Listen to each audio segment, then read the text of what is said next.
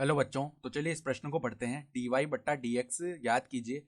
यदि x बराबर 2t² plus 17t minus 1, Y बराबर 3t⁴ माइनस 8t² प्लस 9। तो यहाँ पर देखो x और y के मान हमें दिए हुए हैं t के पदों में, तो हमें डी वाई बट्टा डी एक्स का मान ज्ञात करना है। तो प्रश्न में आगे बढ़ने से पहले इस प्रश्न से संबंधित जो मुख्य उदाहरण है उसकी हम चर्चा कर लेते हैं। तो देखो मुख्य उदाहरण,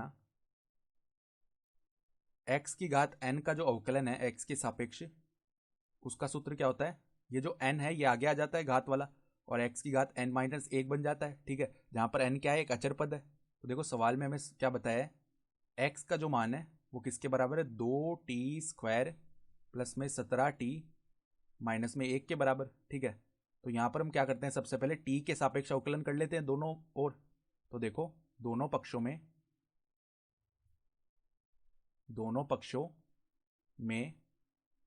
t के सापेक्ष अवकलन करने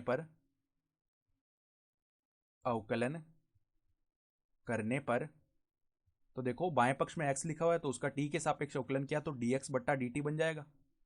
बराबर में यहाँ पर देखो 2t² है, उसका अवकलन किया तो 2 तो अचर पद है। ठीक है, फिर यहाँ पर t² का अवकलन क्या आ जाएगा? t के सापेक्ष 2t प्लस में देखो 17 और t का अवकलन जो है वो t के सापेक्ष क्या हो जाएगा? 1 हो जाएगा। फिर देखो माइनस में 1 जो है वो तो अचर पद है, तो इसका अवकलन तो 0 हो जाएगा। अर्थात dx बट्टा dt का जो मान है वो क्या बन गया?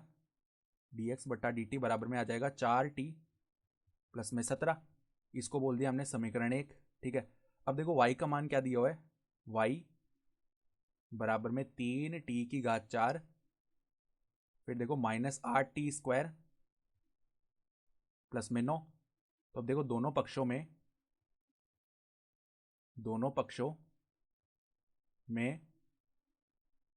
t के सापेक्ष अवकलन करने पर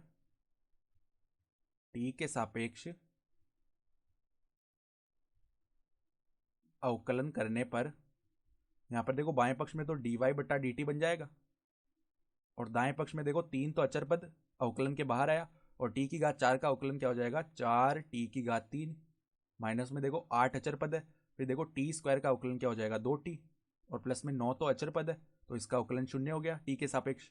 तो अर्थात हम क्या बोल सकते हैं, dy बट्टा dt का जो मान है वो क्या आ जाएगा? 3 चौक 12, तो 12t⁴ माइनस में 16t, इसको बोल देते हैं हम समीकरण 2।